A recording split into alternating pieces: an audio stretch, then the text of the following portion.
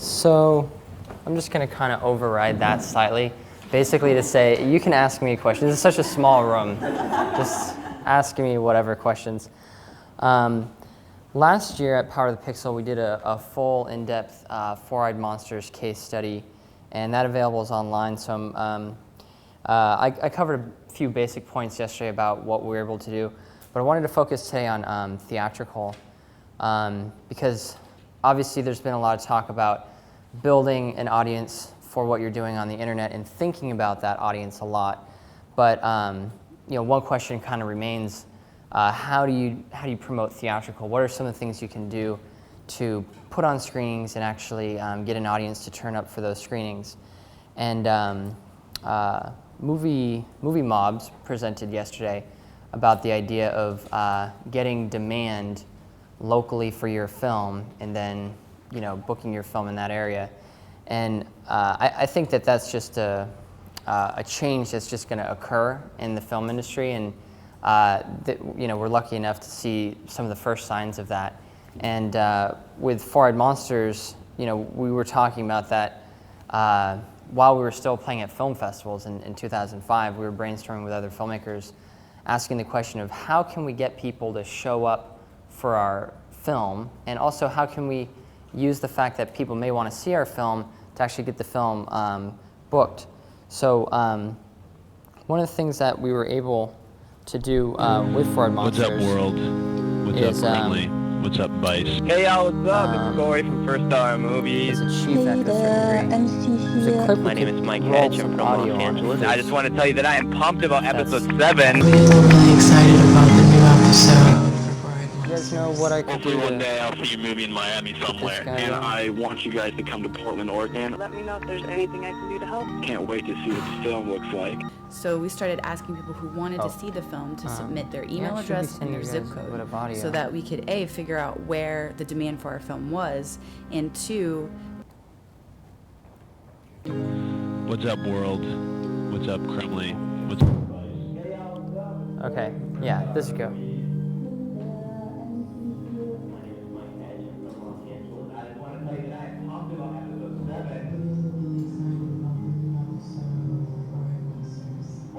Hopefully one day I'll see you movie in Miami somewhere. And I want you guys to come to Portland, Oregon. Let me know if there's anything I can do to help. Can't wait to see what the film looks like. so we started asking people who wanted to see the film to submit their email address and their zip code, so that we could A, figure out where the demand for our film was, and 2, if we were able to get the film to their city, have a way of contacting them and letting them know that there were going to be screenings.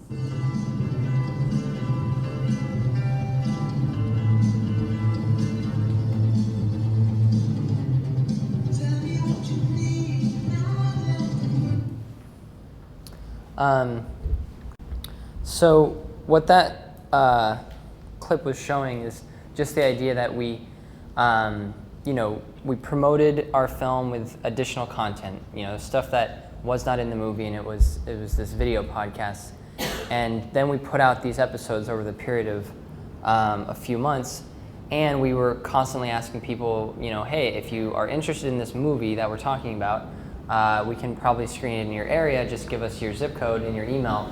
And so every time there's a jump up, that represents a new video that we were putting out that was kind of, getting more audience to understand that they actually, in a way, had a say. And that was kind of a tough thing to convince people of, because they're thinking like, right, your film should play in my town. I totally agree. But that doesn't, mean I have any impact over that. So we had to keep kind of reminding people, and that I think is a new sort of user habit that audiences can be trained to understand. And eventually, as we repeated it enough, the people that were subscribed were like, oh, I'm thinking that if I just give them my email address and my zip code, that might actually help them book their film. And we eventually got the idea through to a lot of people's minds, even though typical, audience procedure is to just wait to see if it plays in your town and then go see it. So in that way, they became participants. And then we were able to start learning a lot about what this meant, because we got included in this showcase, this IndieWire Undiscovered Gems showcase. and it was nationwide in the U.S. and we played in all these cities, and these cities were kind of random, but we did have different numbers of requesters in each city. Like we had tons in New York and very few in Lincoln, Nebraska. But we were able to take the fact that we were doing these screenings and compare them to our numbers of what we had in each city, and we found that one requester equaled approximately one person attending the screening. And fueled with that information, we decided to put on our own theatrical Allowing screenings. people to collectively decide, we all want this movie to come to our city, and then that movie getting booked is something that pretty much never happens. We started basically cold calling theaters that had been suggested to us in the 6 cities that had over 150 requests. So what we're trying to propose is like, I know you guys are just scraping by, so are we, so is everybody in this theatrical broken system. We're trying to present some solutions on how it can be fixed.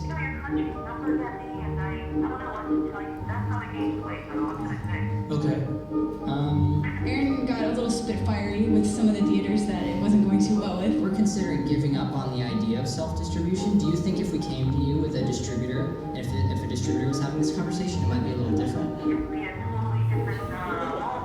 Right. Well, obviously the game is a good game and it works and it's a great system and everybody loves it. And so let's stick with it until it really needs to be fixed. Or does it need to be fixed? Okay, it looks like we can get Thursday showtimes, prime time. Thanks to your requests, we've been able to book our film in 6 cities every Thursday in the month of September. LA, Chicago, New York, San Francisco, Seattle, Boston. In the month of September, we showed the film every Thursday at 8 p.m. Where'd you guys hear about it? On the internet. Did someone tell you about it? I read about it on the IndieWire. I've been watching the podcast for a while. Me too, I'm right there with you. You look really familiar. Because you are on the podcast. You're all the way in the back. What are you doing back here? I don't mind being one of the regulars. And we're happy to have you. I wish I was savvy enough to make my own podcast. I mean, I like the suspense that they've created, and it's like... I like the sense of family is great. I feel like I know you because I've seen you. Well, we all feel like we all know you. But see, that's the beauty and the tragedy of this medium, is that you really don't know shit about me. I'm just a scenery, but I always seem to stand in the way. Walk up the sidewalk with colored chalk, so you can hop everywhere instead of always having to take a walk. Take the shortcut, but it leaves a rut. But parties are found partying, but she's the one called the slut. We're often guilty, but refuse to take the blame. We're too weak to be unique and too scared. I don't know. I really felt connected. Doing the Thursdays in September, we were able to prove that our film does do well. 1,691 people saw the film during our Thursdays in September. We just saw 4 posters. People kept coming like every Thursday. First Thursday, 318 people, then 353, then 499, and the final Thursday, 521. During September, the industry averaged 7 people per screening. Meanwhile, Fried Monsters averaged 70 people per screening. So Cinema Village said, your film is doing really well. Why don't we open the film here? A dream come true. 'Cause doing that is right for the world to see. You think you're the one to see it, but it's not. And we even got the film to open for a 2-week run in New York City, where it got reviewed by the New York Times and the Village Voice, and became eligible for the Spirit Awards, where we got 2 nominations. And so actually this is a piece from a 12-minute video that's just about the distribution story of our film. So it goes on to talk about what I mentioned yesterday, which is that then we sold DVDs and released our film on Spout, and raised a bunch of money showing our film on YouTube, sponsored by Spout, and basically, just we were like kind of blown away, honestly. Like we made this film just sort of thinking, okay, well, let's just make this movie. We want to do this, and then when we decided to try and promote our own film, it was just kind of like surprising that any of this stuff even worked, and that we just were kind of this scrappy film just made in a random loft in Bushwick, and ended up like at these award ceremonies alongside Little Miss Sunshine, like at the next table over. It was just kind of pretty ridiculous for us, but pretty interesting. And we learned a lot of things along the way. And there's a few things that really helped in promoting the screenings. So here's a few tips. One thing we would do is we would appear at Q&As. We would provide code so people could spread the invite video.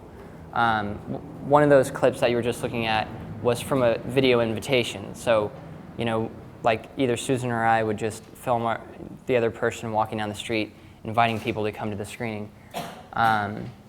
And now actually a lot of event sites can allow you to submit an invitation video to the event.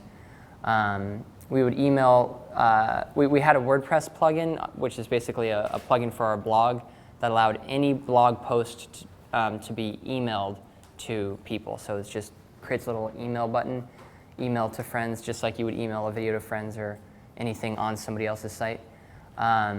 Links to buy the tickets on the site and in the code. So if somebody's going to spread the video around, we would actually edit the code so it had the link to the buy ticket now. So if somebody pops that on their blog or on a MySpace comment, the buy now ticket goes along with it. Blog post for each screening on our site. Sometimes people will just kind of have a little area and they just type up some information, but it actually helps to have each screen be its own blog post. And we actually made a little custom database so we could have, you know, the time of the screening, the ticket to buy that, the city, and the graphic, like, you know, different information about each screening, and then be able to just spit out blog posts automatically. And then we did video blogging at the screening and at the party. One of those clips was just a random fan who decided to come, we just threw a camera out there and people started like interviewing each other. And then we did another thing doing these Q&As through video chat, and that was just another way to keep it interesting. And then we would create a MySpace event, and today we would also be doing a Facebook event encouraging people to RSVP, because the whole point about theatrical is that it should be a social experience, and something like RSVPing is really cool because maybe a friend of yours is going to be going, and you can look at that and be like, oh, you know, they're going, I should go too. And then we would also provide a black and white PDF flyer for each city. The cool thing about the Thursdays in September is that it was consistent. Every Thursday we were showing at the same venue in that city. So we made a poster that basically just had that information that was designed to work in black and white, even though we also had color posters. And we would provide on that same blog post for that city, you know, like print flyers. And people would do that. They'd print, you know, they'd sneak into some Xerox machine and print off like a few hundred flyers and put them all around their college campus, or, you know, they'd just like totally become a member of our street team without any exact one-on-one correspondence. They would just see the print flyer button and they would click it and it would open up in, as a PDF, and they'd be like, wow, I should actually print this and go put it up.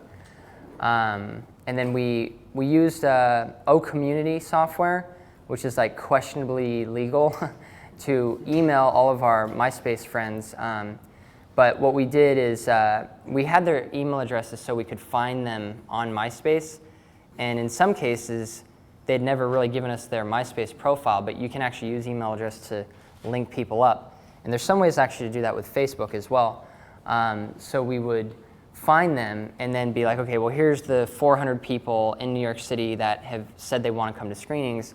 And, you know, we've emailed them, but that's not really enough. We should also send them a custom MySpace message just about this screening with the buy now link in there and with the video invitation and with the print flyers thing. So we were very careful to customize all of our correspondence with like region-specific interaction and to personalize it too. So it'd be like from my MySpace profile or Susan's MySpace profile.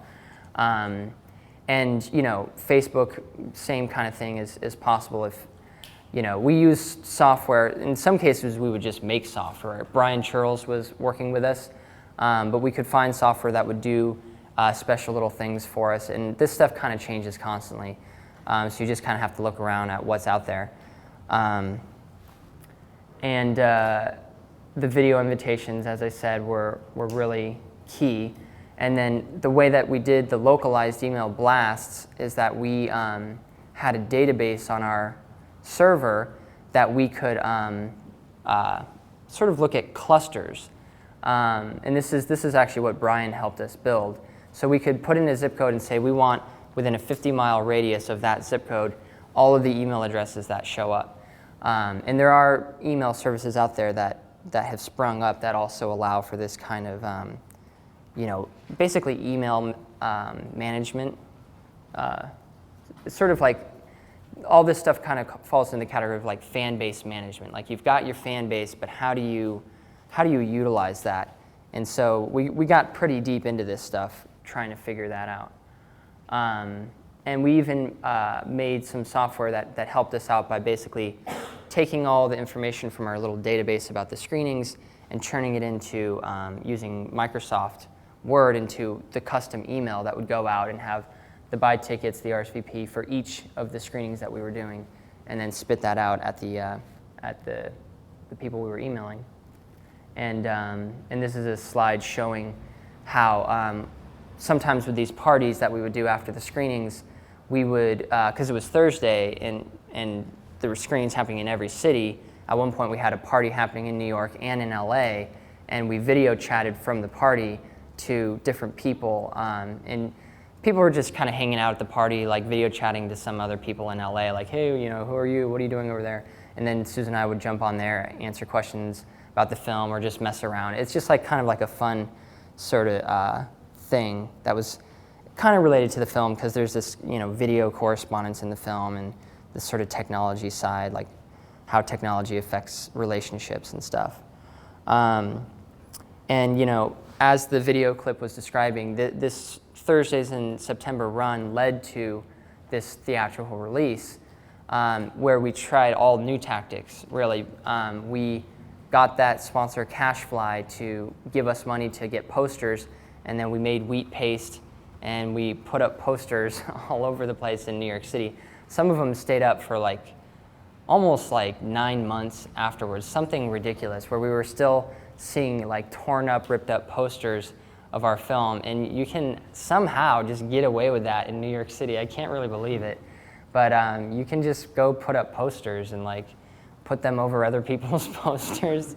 But that's just, I don't know, one person at one point commented on, I think a Flickr photo saying those were my posters you covered up that day.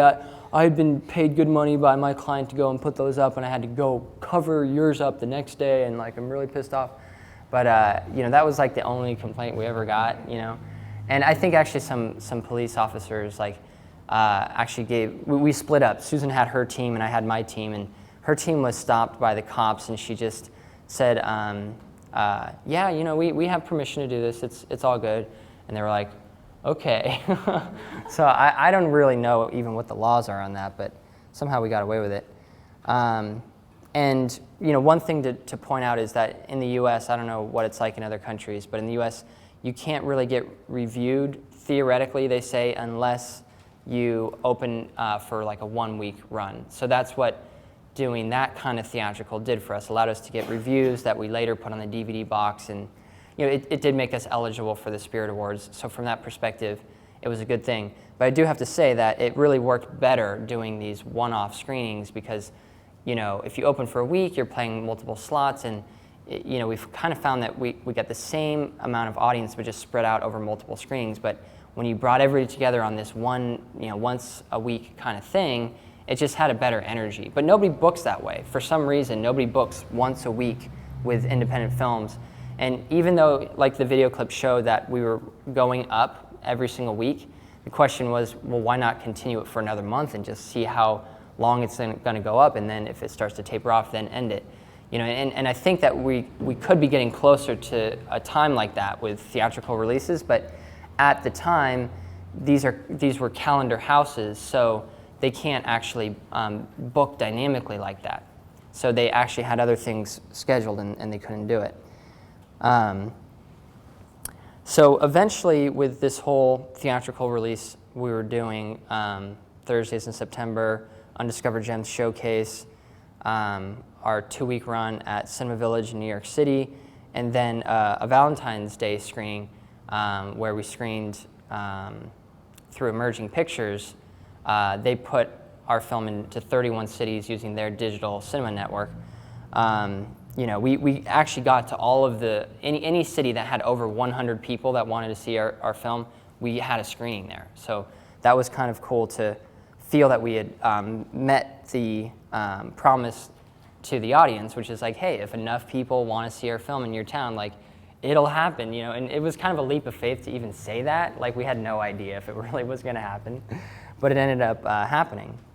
And in total, our theatrical grossed $29,395 US, which is, you know, kind of small. It's not like a huge theatrical box office smash hit or anything. But actually, when you look at independent releases, many of them come in around $10,000 or $5,000 grossing, and these have distribution companies behind them. So relative to the kind of art house, small independent release, and for a self-distribution release, it was pretty good, surprisingly good.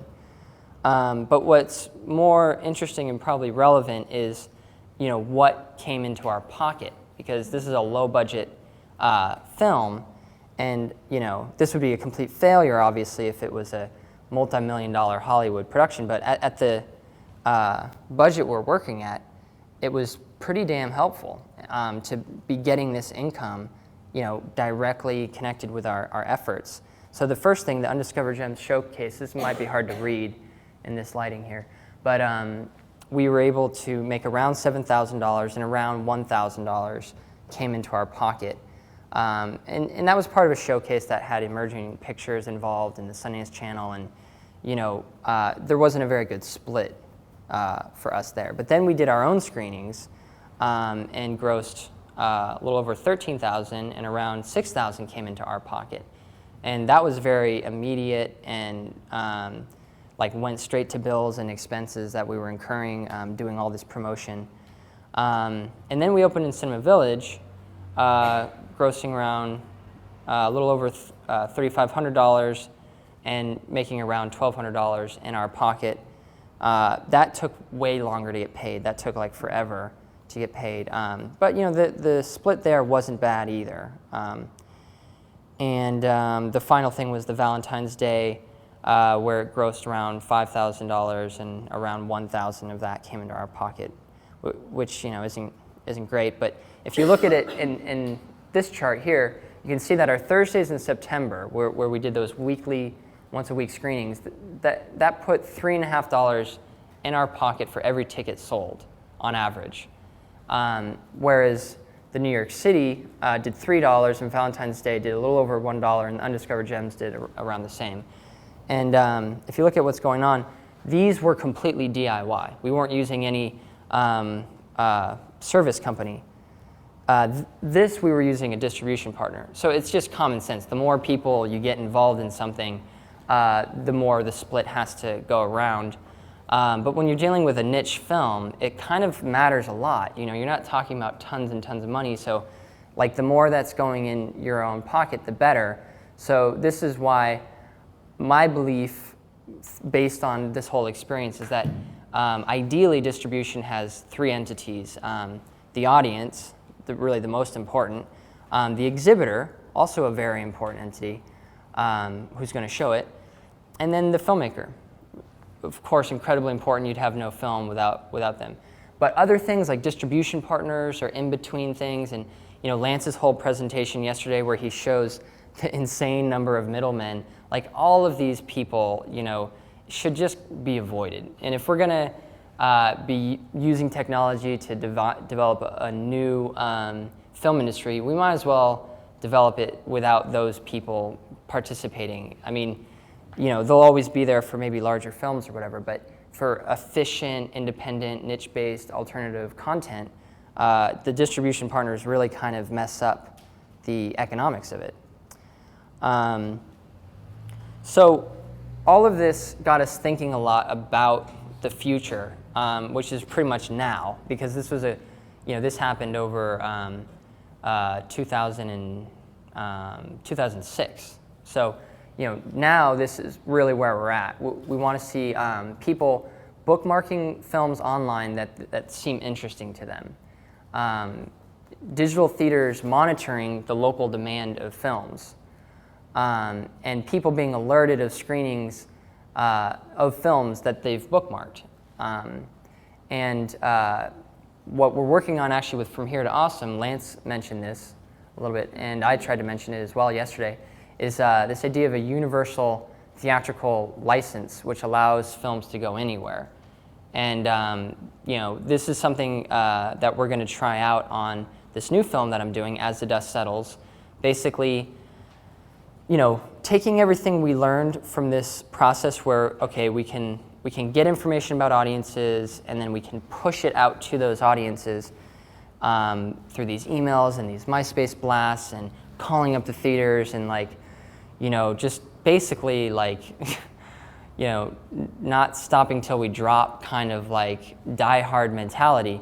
But then there's this other idea that actually if something's catching on and it's in the interest of the movie theater to show it, they should just at a certain point not require that we be bugging them and nudging them. They should just be able to look at some maps, heart maps or request maps, or whether it's Movie Mobs or whatever service handles this, and just be able to say, oh, look, all the people in our movie theater's neighborhood are really interested in this independent film. Maybe it's kind of blowing up online or something, or maybe there's a clip of it that's floating around on YouTube, or maybe it did a disco release and it's on all the BitTorrent sites right now, and for some reason just everyone's blogging about it and bookmarking it as a film that's in their queue as something that they want to see. And so then people, these services are going to be emerging, and it's part of what we're working on, creating open source solutions with From Here to Awesome. So, while all of these tips about pushing your film out there are important, we should also be looking into the horizon where there's a better way that isn't going to take 2 years of your life, or things. With 4-Eyed Monsters, we really kind of we just didn't stop until we made it work, and there's a certain need to do that right now today still, but I think we should all be pushing for a time that actually the content moves through a system intelligently, going to where it wants to go. Arin, can I ask a question about Yeah. the universal license concept? I don't understand exactly what you're trying to do with that. What are you getting at there that doesn't exist today? Right. Okay. Well. Okay. One example is. Okay. The question. Okay. So the question is, what's the deal with this universal license? It's a complicated situation. I don't know if I can completely convey everything, but the simple version of why this is needed and why this relates to the 4-Eyed Monsters case study and promoting your own theatrical is that if there was, okay, so when we put our film out on YouTube, for example, we got tons of requests hey, can we screen your film over here? Can we do something in this country over there? Why isn't your film converted into closed captioning? My deaf friends can't, see it. Is there by chance a French version of the thing? Emails beyond what we could ever possibly handle and manage. And a lot of them were opportunities that I still at some point would like to go through this inbox of unread messages and just figure out what's there. Maybe follow up, a year later. But it's just unmanageable. So if you had a universal license, which So could. What do you mean by universal? Do you mean geographically universal or platform non-specific? Okay, well, what I mean by universal is simply a deal that instead of signing with multiple movie theaters, we could say, this is the deal, guys. It's here, and that's the deal. So what are you emailing us about? That's the deal. So it could be 4eyedmonsters.com/license.txt, or something like that.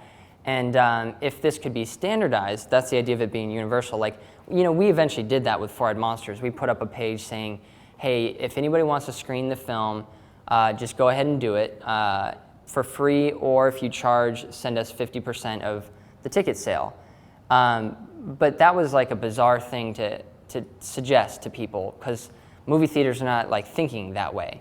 So this could be a really powerful thing if maybe like 100 or 1,000 films jumped on board.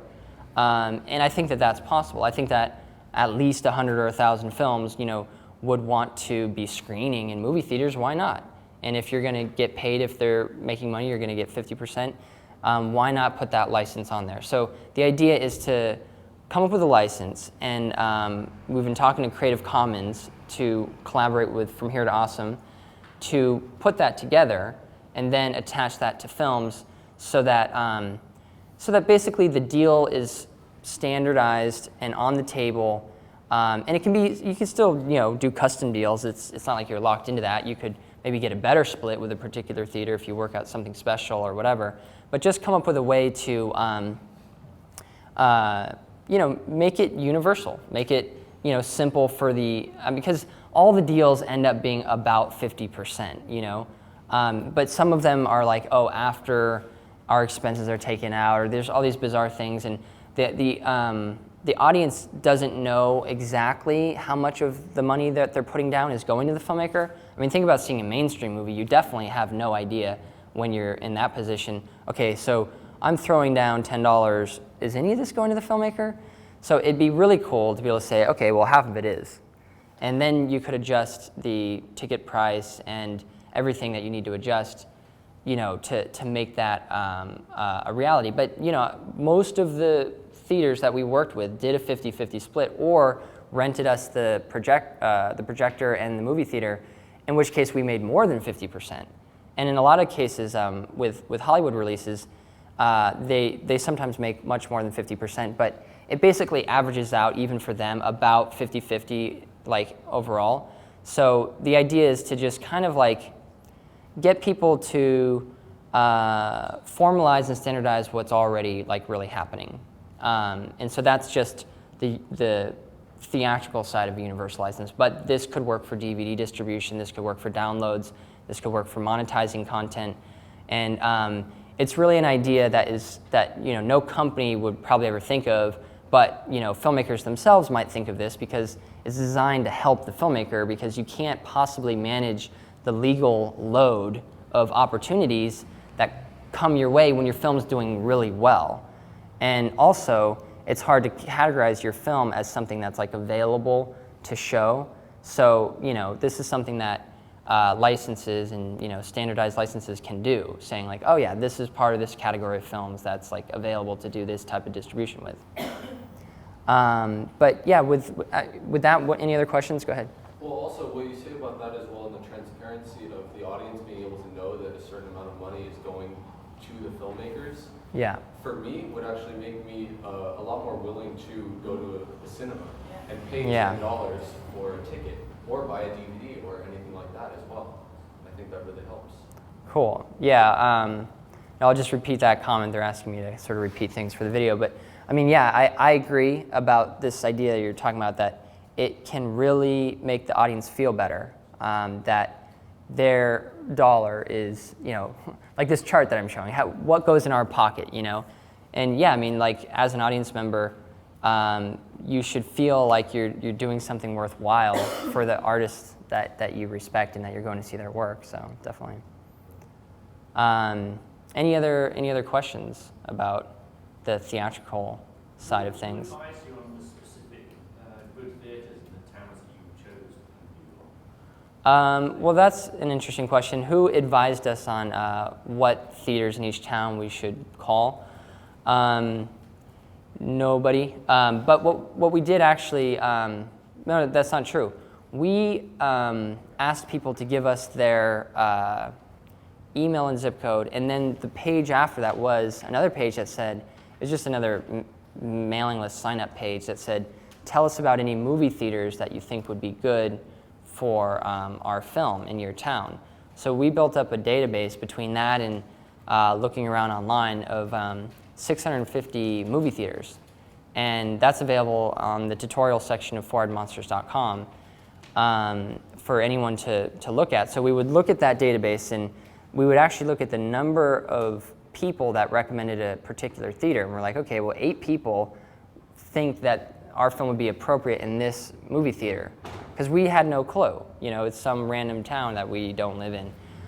So then we would start there. We would call them, and then sometimes we'd be like, oh, yeah, they all think that that would make sense, but the theater doesn't think that would make sense. So there's not a match there. But then maybe something that just one person thought of, and that's on the list, maybe that theater was more open-minded, and they're like, yeah, you know, we're into that. So, you know, we did that. And in New York City, we just kind of, I think we were just connected by people that we knew to the IFC Center. And that ended up, you know, working out. And also some people helped us out and connected us with Cinema Village. So, you know, in New York City it was a little more organic, but in these other places, we would base it off of that. And then for the Valentine's Day screenings, that was based on Emerging Pictures. They have a whole network of digital theaters in the US, and they're actually open to working with filmmakers directly, so anybody can kind of approach them about their films. And they just, you know, they have their network. I think they just put us in every single theater that they have, because that's sort of how they do it. They have their network and they program the whole thing sort of in one, you know, foul swoop. Any other questions? Yeah. Just a technical question really. Did you actually start making prints at any point? Or was Oh, yeah. you only could go into cinemas that actually have digital projection? We didn't make any prints. That would have really broken the bank.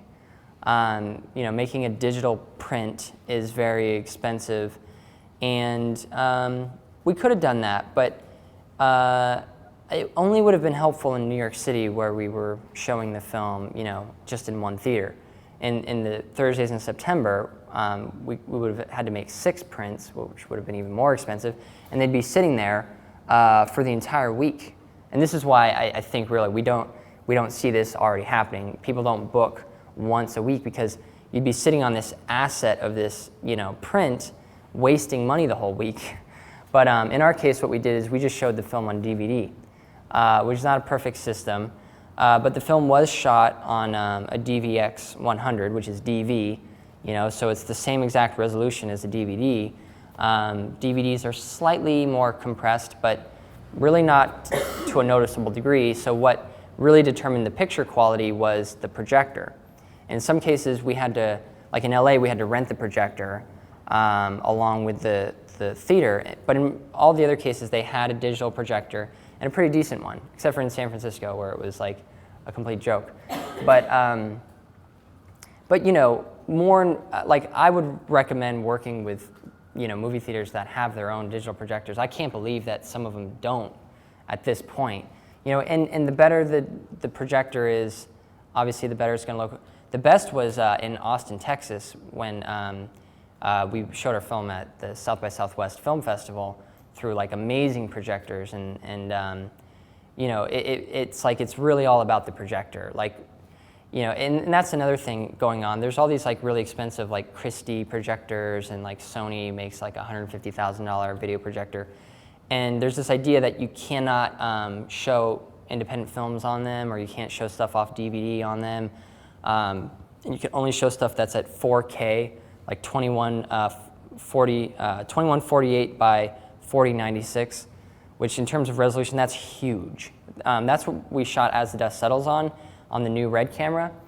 But like that's crazy to distribute a file that's that large, and that's what the DCI standard allows people to do. And actually the British Film Council supported, is it British Film Institute or British Film Council? One of them supported $25 million initiative to push the DCI standard into the UK. And actually the UK has a very large number of digital screens because of that.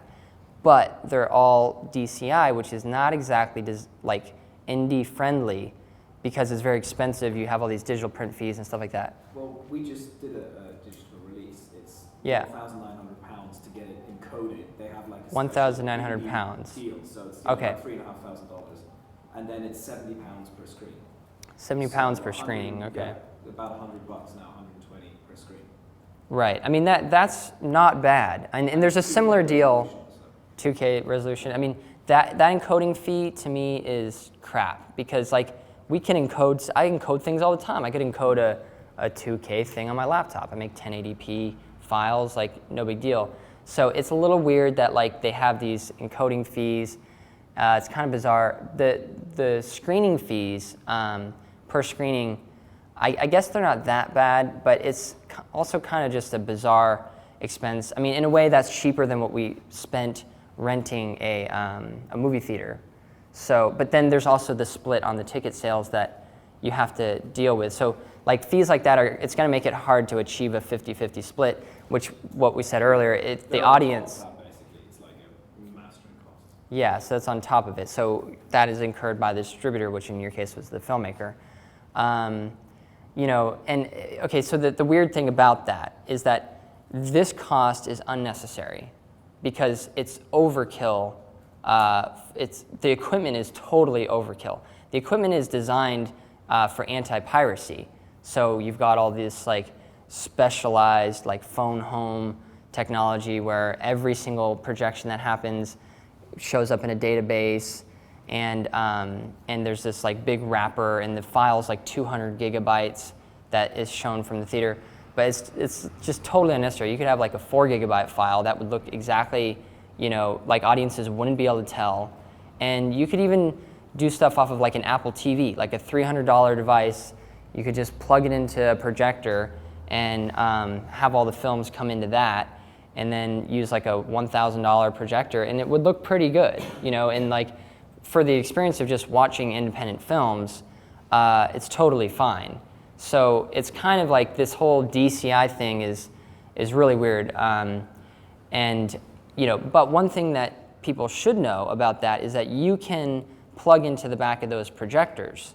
And so that's a really slick maneuver because that's not going through their database. It might not even really register that you've done that, and you might not even pay the digital print fee, which is essentially at that point just a rental cost for the projector. You're kind of helping pay for this projector. But if you're really only using it for like a one-off screening, you know, this little system here could hook up to the back of one of those projectors, and a 720p you know, HD file could play off this laptop, and that could look amazing through one of these DCI, you know, Christie or you know whatever brand projector they're using. And so, you know, I don't know what's going to happen, but I was talking to a guy from Sony who makes some of these really high-end projectors, and you know, in the U.S. there are some people that are trying to create these similar like special for indie kind of deals, and create like a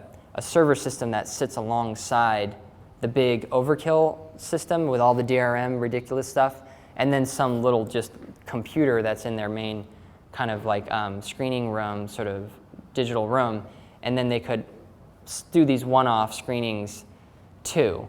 Because the thing is like, the whole thing is kind of a mess because they've gone digital in a way, but in a similar, like, with all the similar hassles to normal theatrical. So they have a 200 gig hard drive show up instead of a can of film.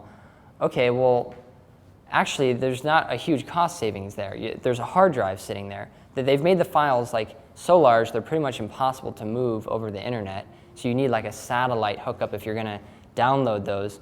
And like meanwhile, people are downloading, like we were talking about yesterday, peer-to-peer networks are giving people like 2K, you know, high definition downloads that they're watching in their home movie screens, and it's like I don't know, it's mind-boggling really that the theatrical industry is not cutting their overhead down by like, you know, 1/10 or something, which could easily be done if that was the goal. So what I think is going to emerge is alternate screening venues that are not worried about DCI. You know, they're just what I'm talking about, getting some gear and plugging it together and really, you know, getting a room full of people to all come and having this kind of RSVP thing where people are, knowing who's going to be showing up, and in some ways it might be more of a community-centered type environment where people talk after the screening, and more of like what film festivals do, but and that's kind of this links back to the universal license vision. If these people could be supported and allowed to do these screenings and raise money for either their space or their organizations or whatever, but also be paying the filmmaker, then I think we start to see a model that actually works for independent film. So that's something that sort of the next round, like with As the Dust Settles, when we do our theatrical release, it's going to be really focusing on alternate venues, and maybe an actual movie theater doubles as an alternate venue, like I was talking about, like they've hijacked their way into their DCI projector. That's fine, but I don't really like doing things that are too shady like that, because if like the guy from Sony I was talking to, like what would happen, he's like, well listen, people are not chasing down violators of the digital print fee if they do a few screenings. He's like, it's fine. He's like, just do it under the radar. But that's not a totally good answer for me, because like I want to be able to blast these screenings out online, and I mean, ideally, in the event where saying you got the buy tickets and stuff like that, eventually audiences are going to want to know what projectors, like people are going to get more savvy and like, wait a minute, is this going to be a crap projector kind of scenario, or what are we doing here? So, I think, and that's one thing I can say that's good about DCI, is that it really raises the bar in terms of like, okay, you can count on really good resolution, and you can count on actually sound is part of it. It's like really good sound, and that stuff is great. I love anything that sort of standardizes the quality control of screenings. But again, I think that can happen on an alternate venue sort of level. And I think that people can review, screening experiences just like they review books or review anything else. And if something sucks, that information can get out there. And if something's really, like we couldn't really screen a movie on this would be kind of a joke. But if this was going on, you'd get reviews out there and it'd be like, yeah, they just got this like glass thing and all this light's coming in the window. It's like, I wouldn't go see a movie there, but like maybe it's okay to watch filmmakers present their weird ideas or something. But anyways, any other questions? Yeah. How did you convince cinemas to let you in when you were already a large enough debt? Because the Spout thing came after. Spout deal was before or after? Spout thing was much after. Yeah. So how did we convince? I mean, you saw the clip where I was on the phone with the movie theaters, just trying to hassle them into doing it. Is that what you're asking? Like, how did we? It's just like travel costs and getting around. Because I mean, obviously, you lost a lot of money making the film. I mean, I saw videos, your credit cards and everything maxed in on the cards, and it just seems like a big push for a cinema to go, oh yeah, grand, it'll cost you X amount to hire us, but you've no money, or you're already in debt, or. Yeah.